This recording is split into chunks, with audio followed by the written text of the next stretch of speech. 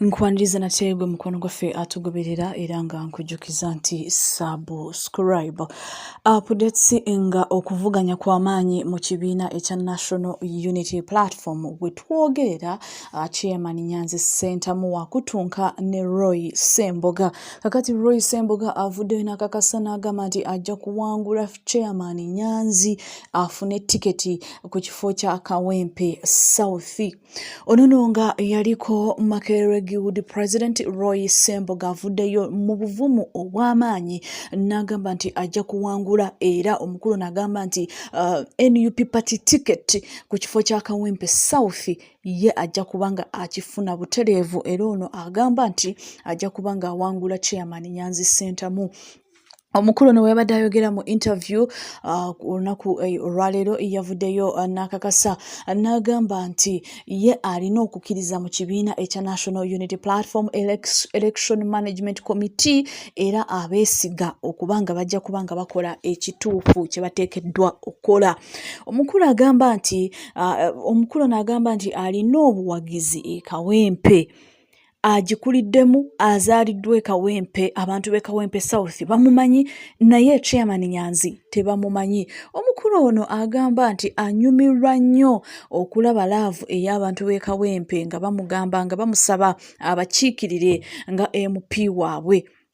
Omukulu n'agamba nti yazaalibwa n'akulira e Kawempe naye chairman Nyanzi si gye yazaalibwa. Omukulu n'agamba nti e Kawempe South aliyo ng'ow'amaanyi era abantu b'e Kawempe bamukiririzaamu okubanga ate ajja kubanga awangula akalulu. Era omukulu n'agamba nti ajja kuba awangula tiketi ya NUP okubanga agikiikirira mu kalulu kabona ak'omwaka gw'2026 era agamba nti asaba komiti evunaanyizibwa ku by'okulonda mu NUP okubanga ate ekola ekituufu kyeteekeddwa okukola olw'ensonga nti ye yasaanidde party ticket eno okukiikira abantu ba Kawempe South.